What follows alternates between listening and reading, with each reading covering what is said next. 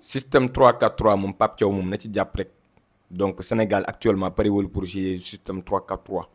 amuñu les milieux qu'il faut pour jouer système 3-4-3 même si donc c'est un système que j'apprécie beaucoup et c'est un système que j'aime beaucoup parce que ku koy jouer te man ko donc parfois mën nga dominer mën nga même écraser équipe bi nga xam ne si moom ngay tombeel asalaamaaleykum gars yi géré nañ leen yéen ñi nga xam ne yéen ñuy safoo ci Révélation TV di ñaan rek bu fekkee ne abonné go nga daal di abonné partager lii di vidéo bi activer cloche de notification bi comme ça bépp vidéo bu ñu dugal ngeen bokk si ñi ko jëkki di leen partager vidéo yi nag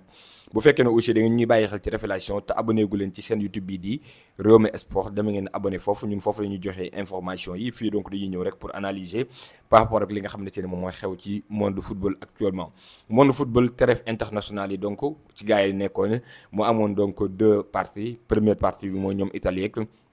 ñoom Congo ñi nga xam ne ñoo doon xeex pour dem ci coupe du monde bi et beneen partie bi aussi mooy ñi nga xam ne qualifié nañ ba pare comme ñoom Sénégal ñoom France ñoom kii di Brésil ou Espagne ñi nga xam ne dañoo nekk ci ay match xaritoo mais suñu si li ñuy concentré wu moom mooy si sunu match bi doxoon suñu diggante ak Gambie nga xam ne donc dañ ci doon jouer match ba Sénégal remporté match boobu noonu lu toll ci 3-1 bala ñuy commencer tout d'abord dañuy féliciter bu baax a baax les Lions de la Teranga donc ci ñaari victoire yi nga xam ne ci am nañu ko fële ci biir Stade de France suñu diggante ak équipe bii di waa Pérou après aussi suñu ndam li nga xam ne ci amaat nañu ko suñu diggante ak équipe bii di Gambie ci stade bu Abdoulaye Wade aussi tamit di rafetlu bu baax a baax liggéeyu fédération sénégalaise de football ci par rapport ak ni ñu organiser la amoon ci Stade de France ba donc présenté li nga xamante si ne moom mooy trophée bi waaye tamit ni nga xamante si nii donc indiwaat nañ ko ci li nga xam ne moom mooy stade bu Abdoulaye Wade mais concernant stade bu Abdoulaye Wade foofu moom organisation bi félicité wuñ la fédération et donc xaarle ñu ak Révélation TV il y a beaucoup de choses yoo xamante si nii moom la ñu am lu ñu mën a wax ci par rapport ak ñàkk organisation ci stade bu Abdoulaye Wade ci naqar ci tamit maanaam ñàkk a jaar yoon gi ñu jaarale yoon ñenn ci sénégalais yi nga xam ne jëndoon nañ ay billets yi seer donc pare pour jouer woon diggante pour seetaan match diggante Sénégal ak kii di Gambie donc am na ak mal entendu bu ci am na aussi ak càcc goo xamante ci ni seetlu nañ ko ci xamuñu nag fan la nekk est-ce que ci stade yi la est-ce que ci fédération bi la est-ce que mais en tout cas il y a beaucoup de choses à dire te xaar ñu donc ak Révélation TV donc loolu moom dañ koy wax parce que bokk nañ ci tax sax ñun nanguwuñ actuellement le Sénégal par exemple organiser la Coupe d'Afrique des Nations parce que gàcce kese dañuy yóbbul dañu bëri lu bëri loo xam ne ci la ñu war a lijjanti ba pare simple match amical donc mënuñ ko seere bëgg a seere donc benn donc compétition boo xam ne si ne mën na am 27 wala 28 équipes loolu yaakaar naa ne mënul nekk. ñu félicité sunu gaynde yi ba pare Lamine Camara marqué son 3e but contre ki nga xam ne si mënu tuddee la Gambie comme ni mu ko defee woon doublé woon en janvier 2024 comme ni ñu leen ko waxee ci Rewmi Sport Lamine Camara moom mooy seul joueur bu mës a dugal lu toll ci 3 buts match Sénégal et la Gambie moom sax moo mës a dugal 2 buts en plus bon. ci biir match boobu noonu gis nañu ne Pape Thiaw dafa ñëw avec un système 3-4-3 3-4-3 c'est un système vraiment offensif quoi pas un système défensif mais c'est un système offensif parce que booy attaquer mën nga attaquer 5 booy défendre aussi mën nga défendre 5 ça veut dire que système la boo xamante ne bu équilibré la mais il fallait que donc nga doon ku ko maîtriser aussi am aussi les joueurs qu'il faut pour donc nga mën ci dem te doo am benn gaañu boo xamante ne moom nga ci am. kañ lay attaqué à 5 comme ni ñu koy gisee woon barki démb am na ñetti attaquant Assane Diao Ismaïla Sarr et ki nga xam ne si ne moom la ñuy tuddee Serif Ndiaye ñu am ñaari piston maanaam ñaari latéraux yoo xam ne si ni ñoom ay piston la ñuy joué muy Krépin Diatta ak El Hadji Malick Diouf ñu am 2 milieux de terrain central muy ki nga xam ne moom mooy Pathé Ciss ak Habib Diarra ñu am 3 défenseurs centraux muy Mamadou Sarr Abdoulaye Seck ak Nabil Mendy et le gardien comme kii di Yehfane Diouf nan ngay attaquer mu doon 5 donc mi ngi mel ne boo demee pour attaquer di Gambie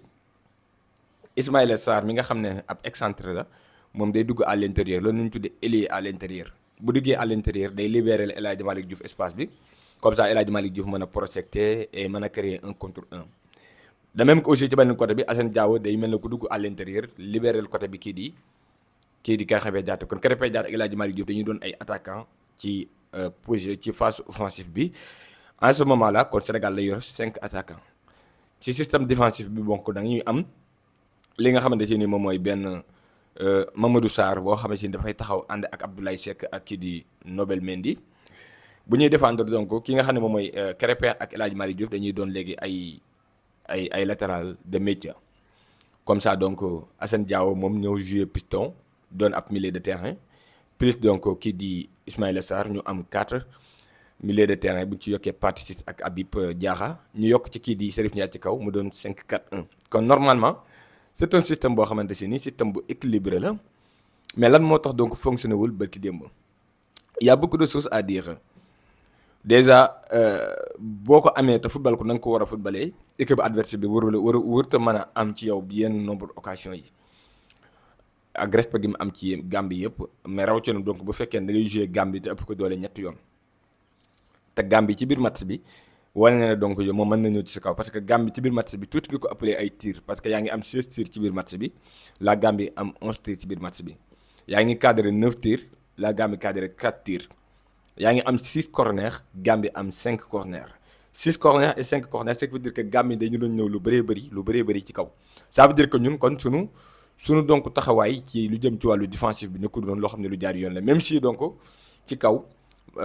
16 tirs pour 9 cadrés et 3 bi day doon donc benn retour boo xamante ni bu positif lay doon parce que loolu day doon benn pourcentage donc de 56% et c'est positif mais boo gisee li nga xamante ne moom la ñu tuddee le contenu match bi ça veut dire que match bi li mu jox est-ce que donc sa fans yi kontaan nañ mais bien sûr que kontaan nañ rawatina donc au niveau des milieux de terrain gisuñu woon donc bal bi circuler te bal bi bu circuler donc dafa am cause ça veut dire que dafa am lu ko waral li ko waral nag du kenn ku dul kii di Pathé Ciss ak ki nga xam ne moom mooy Habib Diarra. nekkul nag seen faute mais surtout que dañoo complémenté wul dafa am ay systèmes yoo xamante ne dafay dépendre parfois ci 2 profils yi nga xam ne moom ngay boolee 2 profils bi kenn ki mën na def comme Pathé Ciss c'est un milieu de terrain récupérateur bu taxawee dans un 3-4-3 c'est très normal y a pas de problème mais Habib Diarra c'est un milieu de terrain box to box d'accord dans un 3-4-3 un milieu de terrain box to box amul benn problème mën na ko jouer comme ni ñu ko gisee woon ay ñoom Marcelinho du côté de la Juve comme ni ñu ko gisee woon ci Arturo Vidal amul benn problème mais parfois aussi li ñu tuddee milieu de terrain box to box dafay évoluer donc avec un système 3-4-3 actuellement dafay soxla mu am benn serveur pour mën a temporiser pour mën a joxe donc le tempo du match malheureusement Habib Diarra amul qualité boobu noonu loolu bokk na ci li nga xam ne moom moo ñu sonn barki démb parce que Habib Diarra c'est un milieu de terrain box to box première qualité am moom mooy casser les lignes en forçant avec donc benn qualité de protection boo xamante ne am na ko te sunu 3-4-3 bu fekkee ne donc da ngay am 2 ailiers yoo xamante ne dañuy yéeg muy Krépin Diatta ak El Hadji Malick Diouf donc suñuy 2 milieux de terrain soxla wuñ donc ñuy projeté lu bëri kon li ñuy soxla koo xamante ne day mën a temporiser le jeu. te malheureusement bu doon Lamine Camara dina tane mais avec Habib Diarra moom amul donc le cerveau donc pour mën a doon le régulateur donc de ce milieu de terrain loolu kese donc moom moo ñu indi loon problème de ce fait que maintenant day forcer foofu mu doon forcer day perdre beaucoup de ballons parce que donc moom première qualité am lay jéem a wane mooy jéem a projeté te foofu soxla woon muy projeté lu bëri muy perdre trop de ballons. Pathé Ciss aussi nekkuloon première li nga xam ne si nii moom mooy relancer. donc moom moo jéemoon du ko def voilà pourquoi le milieu de terrain vraiment ñu doon souffre beneen bi aussi mooy défensivement gis nañu ne dañu doon exposé suñu défense rawatina Nabil Mendy combien de fois la Nabil Mendy def benn face à face ak kii di Yankuba Minteh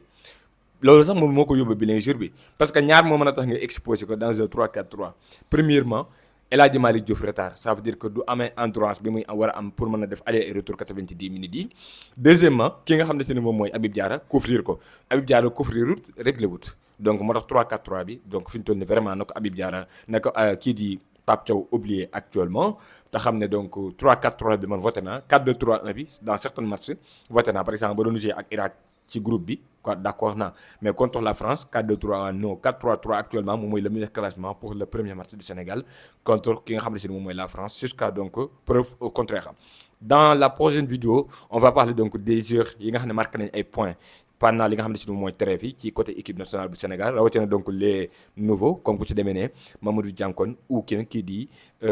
Nabil Mendy gars ñu wax leen suuf commentaire nag ngeen gisee les 2 matchs du Sénégal di leen jox dig daje ba ci kanam.